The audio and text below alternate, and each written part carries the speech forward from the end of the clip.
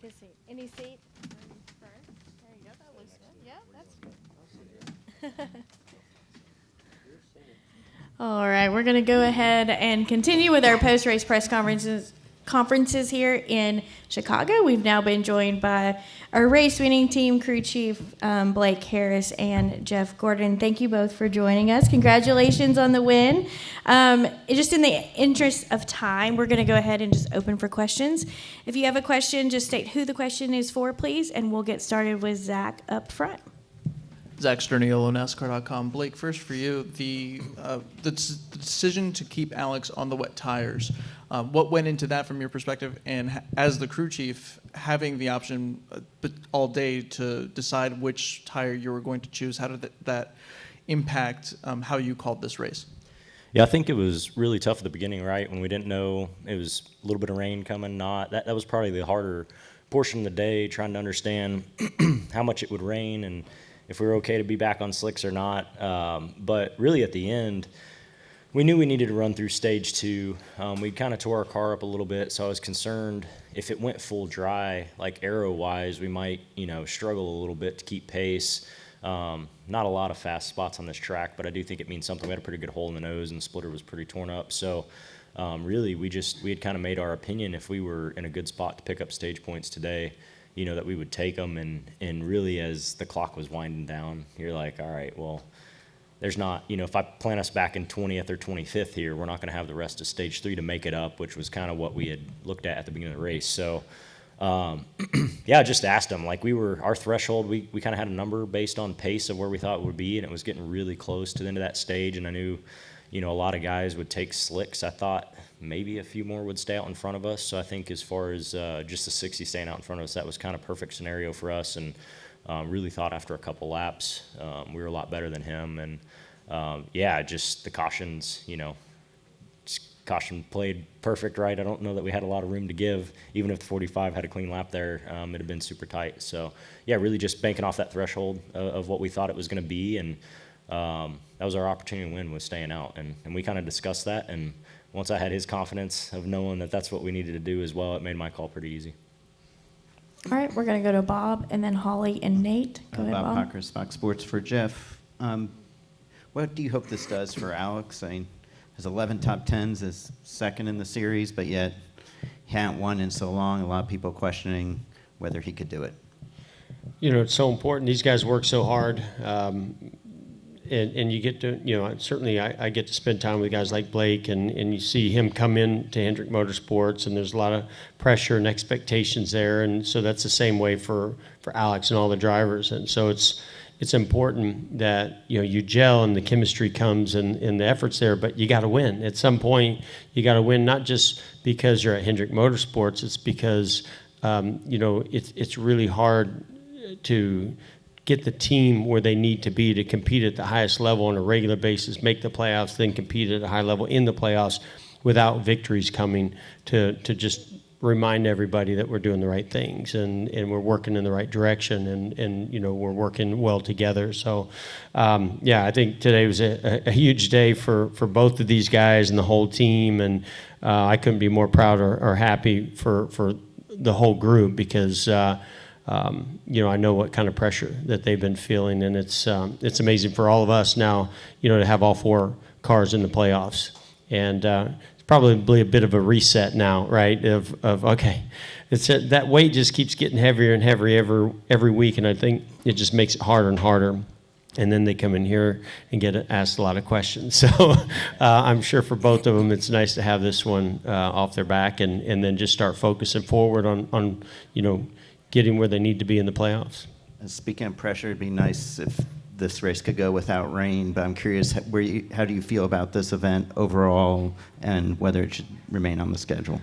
Well, I don't know about you, but I saw a huge number of upgrades and improvements this weekend from just learning things from last year. And so I felt like the overall experience for everybody was a really, really good one. Again, the weather was good all weekend until today. And you want to have good weather, and that's important for an event. But at the same time, I mean, other than for the fans and the competitors that are soaking wet and having to deal with the pressures that Blake and the crew chiefs and the drivers are having to, because those are tricky conditions. I mean, those are really challenging conditions, and you're going and you're stopping, you're slowing down. It's just hard to get into a rhythm, but not to mention just finding the grip if you're a driver trying to figure out where the line is and how to manage the tires and everything else. But other than those things, I think from a fan perspective, watching at home or where I was sitting in a drier place, it makes for a great show. You like on a road course, in my opinion, a drying track versus a dry track going to wet. And I mean, at the beginning of the race, I was blown away that they were able to be on slicks. When these guys came in and put the slicks on, I was just like, are you kidding me? Like, no way, it's too early, it's too wet. And they got heat in the tires, and the tires stuck. And so they put on a great show.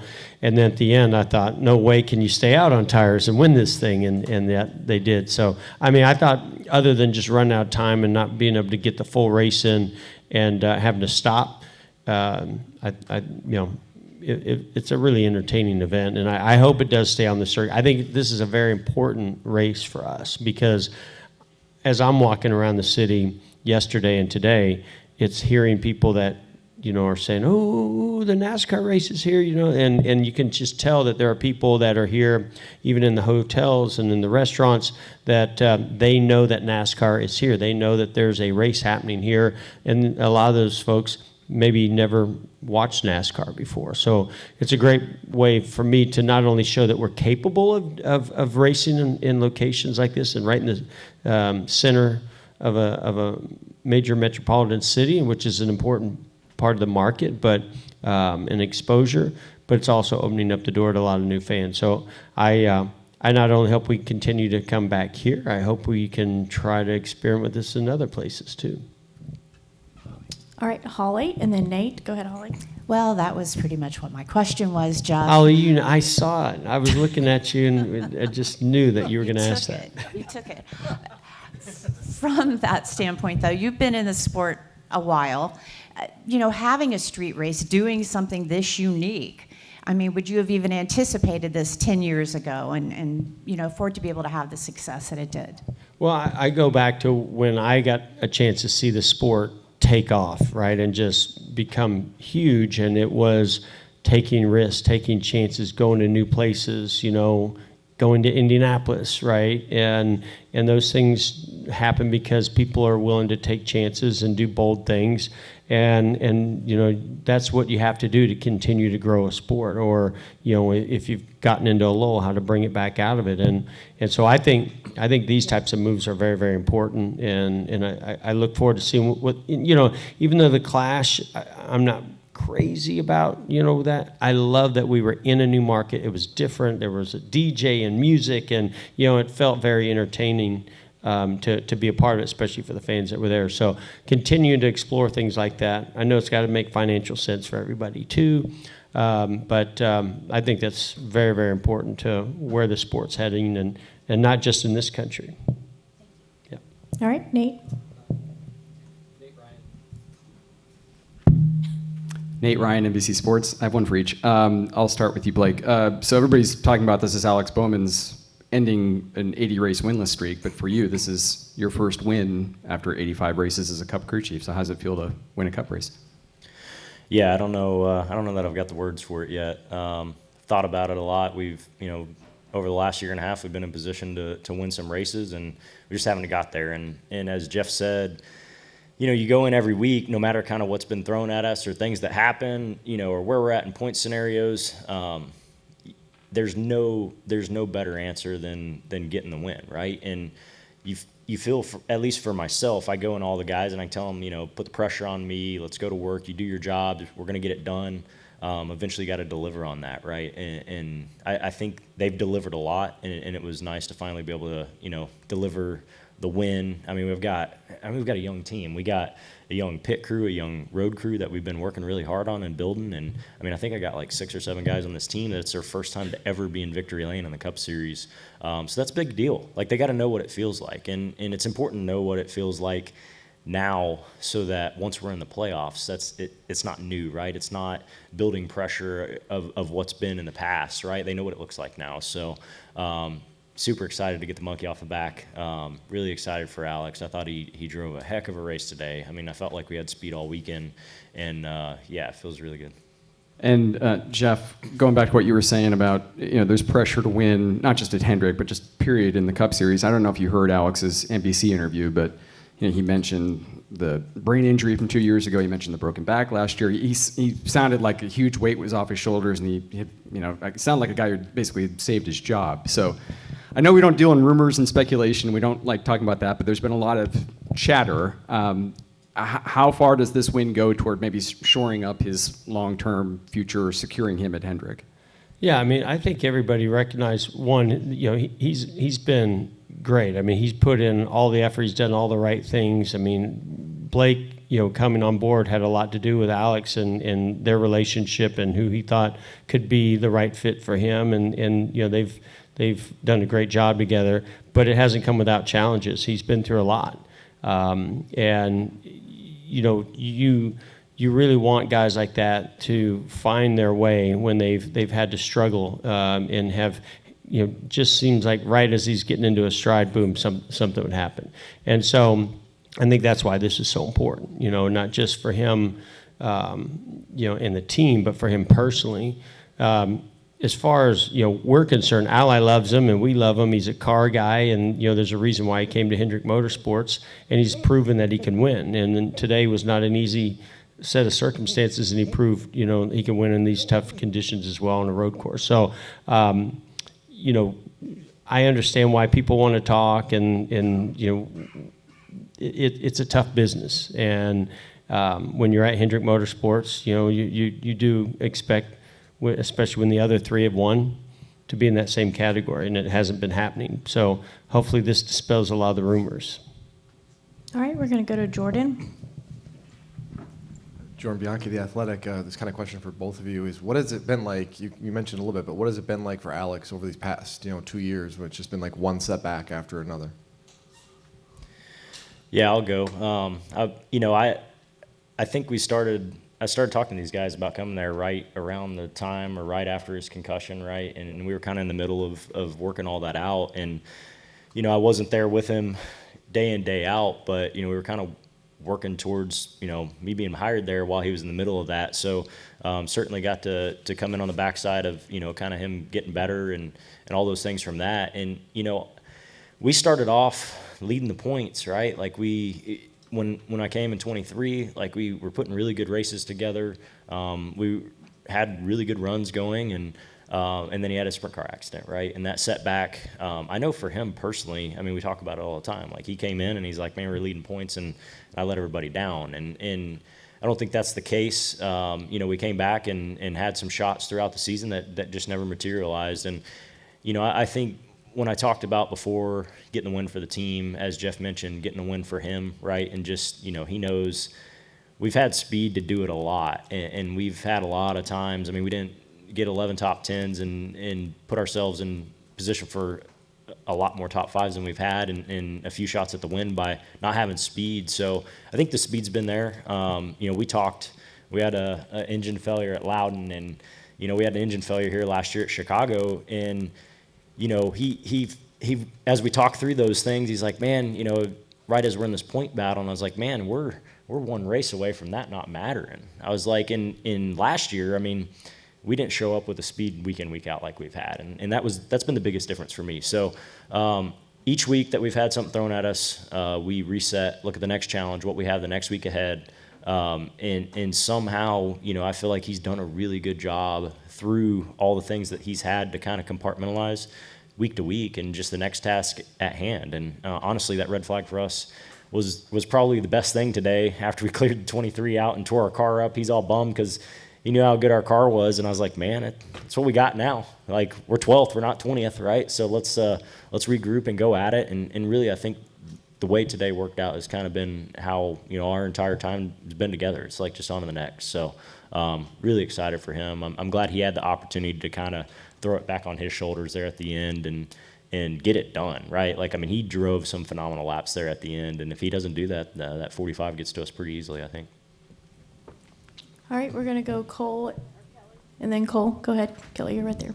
Kelly Crandall, Racer.com. Apologies if this was asked already. Blake, can you talk about, unlike last year, NASCAR gave the teams plenty of notice of when this race was going to end. Can you walk us through how you felt about when you got that confirmation of when the race was going to end and how that played into how then you called the rest of the race?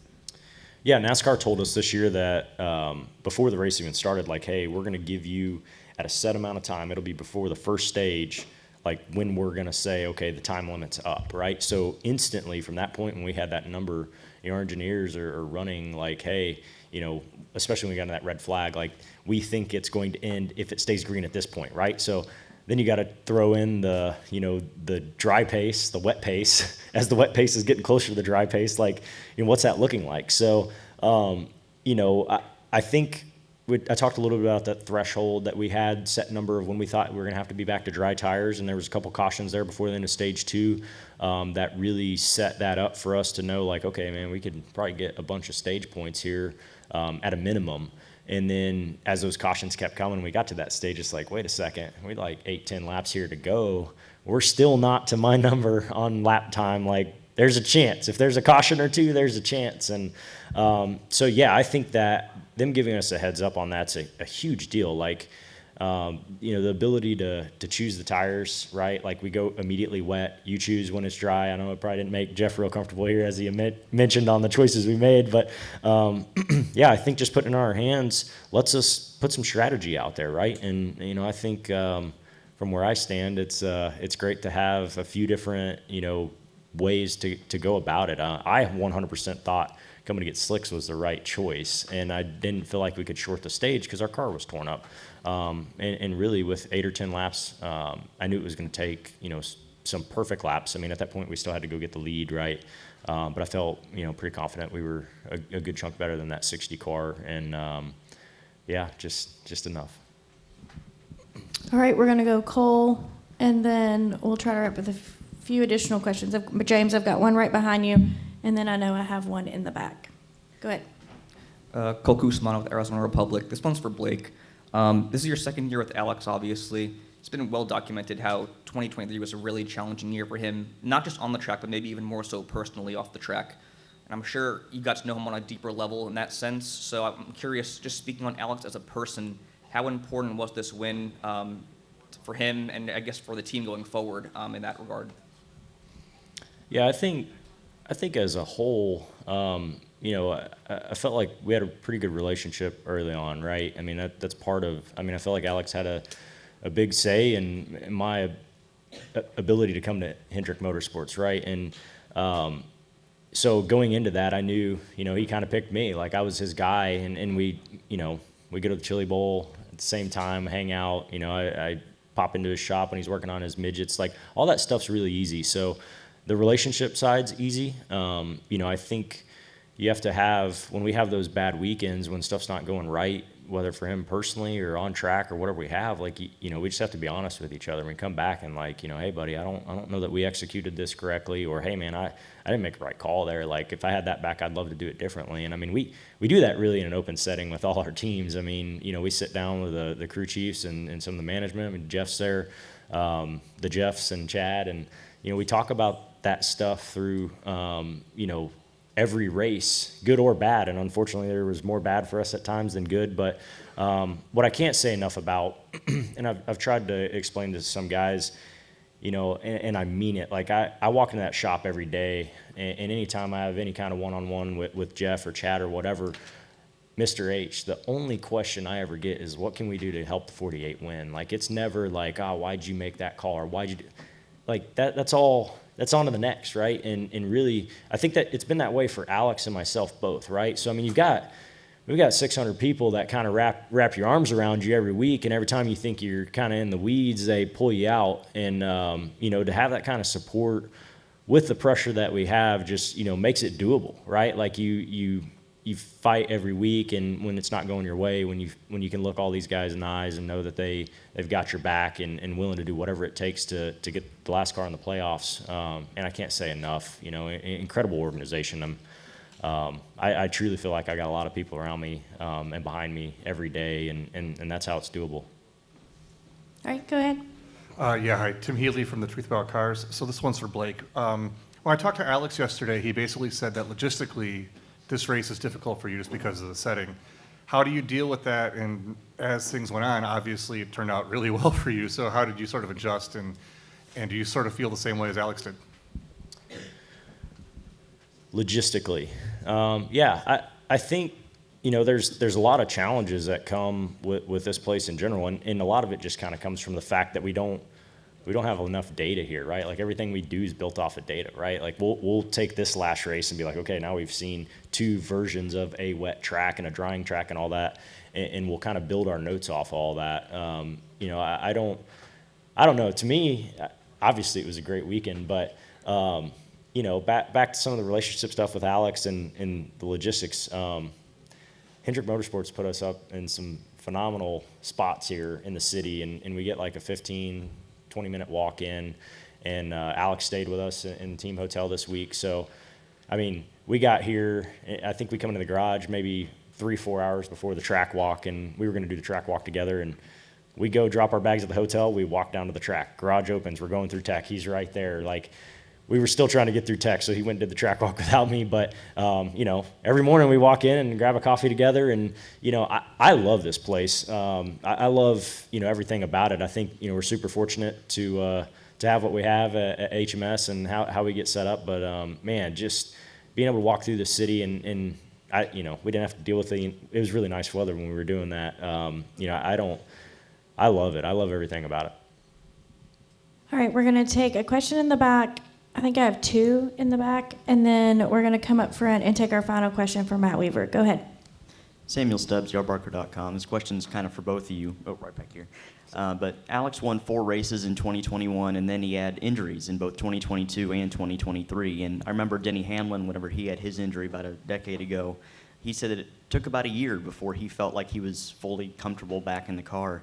Do you think Alex is at that point physically where he's, finally 100% and he's showing that he's that same driver that went out and was a weekly contender for the win, a few years ago? I mean, I can only speak to the, some of the comments or the conversations I've had with Alex over the years when he's had the injuries. But, I think because I had some cracked ribs one time, so I'm just trying to compare some things. But, I think race car drivers, they come up and they have accidents, and sometimes you have injuries, and you find out how tough you are, mentally and physically, and how bad you want to do it. And so, Alex has been through a few significant injuries, and he's come back, I feel like, stronger each time. Like I think it's helped him, motivate himself, find out how much he loves what he does, and is privileged to do that. And that means that he's got to work really hard to recover. And yet I think through that, of course, I think you're going to have some setbacks. Just being away from your team, even for a week or 2 weeks, not being out there on the track, I think affects drivers these days. I mean, we saw something similar with Chase Elliott, when he was out of the car. And it's not always necessarily the physical piece of it. It's just, this is tough. It's just hard to win, very hard to win, and the cars are difficult to drive, and it's hard to get the whole team all together at the perfect time, and for it all to come together and the right strategy and everything. It's very difficult. So you add in then an injury or some of the significant injuries, that Alex has had to deal with. It's gonna set you back, and it's gonna take some time to get back to 100%, not just physically, but with your team. All right, go ahead. Noah Poser, Northwestern. This is for Jeff. You guys now have 4 drivers with wins on rotor street courses. how does that affect preparation for these races, and how much confidence does it give the organization as you arrive at these types of tracks moving forward? You meant that's for Blake, right? I think you need to take that one. Man, I'm out of that side of the business. I sit in on the meetings so they know I have their back, and if there's something that pops up that I think I can contribute to, I do, but it's pretty rare. So that is not my category right now. Go ahead, Blake. Yeah, I can touch on that. Even before I got here, with the next gen car, I thought HMS has done a great job with the road course program. I mean, they've had several guys in contention. I mean, Alex was in contention at COTA in 22 and arguably had a shot to win that on the last lap. So I can just speak to it from the crew chief side. I mean, I know Jeff sees, a couple meetings a week when we do it all together, but man, we meet almost every day as a group, and we go and we're done with the last road course and we lay it all out, and we just step through, the stuff that how we came up with the setups and where we're going to the next place and what we think is applicable. And really, I mean, it's been the most open group setting that I've ever been in. And, I mean, we're racing each other hard a lot, right? And at the end of the day, I mean, one of those guys is right behind us at the end. I'm pretty nervous, right? Because I know what they've got. And but yeah, I just think as we've progressed, man, really, really good guys to work with, and I just think collectively with our performance group and our engineers and our crew chiefs and everybody really pulling the same direction with a really good baseline of what we've had. It feels like we just continue to build on that, and we just work through it together. I guess what I could add to that is I've seen that evolve tremendously over the years. We didn't used to all sit in a room together and share information and just be an open book. I can remember the times where it was like, well, it's in the database, just go find it. But these guys, the way they communicate, the way that they support one another, meaning crew chiefs, drivers, engineers, the whole group, and just constantly trying to push the envelope. How do we make our individual team better, but how do we make the whole organization better? And as well as work with our partners at Chevrolet. So, that's been fun to watch. But I think at Hendrick Motorsports, what makes me really proud is the detail and the depth of the organization and the way that they get to go take on a challenge. So when you have a new racetrack like this, that's a challenging street course with a lot of the unknowns and not the data and no testing or anything like that, then I love to watch them go to work on how they prepare for something like that and go excel at it. And if they don't, how much that motivates them to make sure that they do the next time they go back. And I think that's pretty much anywhere they go, that's a new setting, new environment, and has been for many years. All right, Matt, final question. Matt Weaver, Sports Not for Blake. On one hand, I feel like it was a really easy decision to stay out because the only chance to win the race was to be in a very defensive position. But then I think about it, kind of looking back, you guys are in a points battle too, and if it goes poorly, in whether defending, you guys get crashed or tire blows or whatever, then that's your points margin, or if someone else wins the race, you're out that way too. So what all is factoring into that decision? Because I know that you and Alex are going back and forth even in real time about those sort of things. Yeah, I preach to all my guys a lot every week. I'm like, man, don't worry about this, got to make the playoffs and all these things. Like, you just go attack the next thing, right? Like, we're just going to go do the next stop, the next hang, whatever it is, to try to pull some pressure off those guys. But, to be honest, like, you get down to these last 7-8 races and you're looking at that cut line, I think we've been strong enough and we have the pace where I'm like, man, if we do a really good job and don't have any big setbacks, I mean, we could legit, be 8th, 9th in points, which maybe is good enough to get there, right? So it's kind of in the back of the mind. It's like, man, if I got a legit shot to win the race, we got to do it, right? But if it's a slim chance and I got to bleed 15, 20 points, like that's going to be hard, a hard sell too. So, at the end there, once I knew I had his confidence of understanding, like, hey man, we're going to have to go back in the 20s here, and how many cars are you going to pass in like 8, 9 laps? Like, I mean, if he was like, man, that's what we got to do because I'm smoked in here, right? But he knew where his tires were at. Like, he knew the pace that he was running, and I kind of tried to lay out what I was seeing and, what I thought was going to happen. And really, especially with that caution, right? I mean, even without that caution, I knew we were going to have 3 laps maybe before those guys would really get some pace up on us if it strung out. So, you know, that really only left 3-4 laps of potential green based on the time limit. So, really, yeah, it was an easy decision. I mean, if he thought his stuff was smoked, you know, we'd probably had to have a conversation about, you know, where we were going to be. But, man, all those buffer cars just played in perfect, right? And I think his confidence of knowing he could go get that 60 car and get some space put on him, that was all of it, right? Because, I mean, I think it was going to be down to the last 2 or 3 corners if the 45 hadn't gotten to the fence. So, yeah, we needed every bit of that, every, you know, straightaway that he had, pull over, cooling the tires as he's at speed, trying to keep those things to temp. Yeah, I don't know that he could have executed any better. Jeff and Blake, congratulations to you both. Thank you again for spending time with us. Thank you. Thank you. All right, we're going to go ahead and now be joined by our race winner of today's Chicago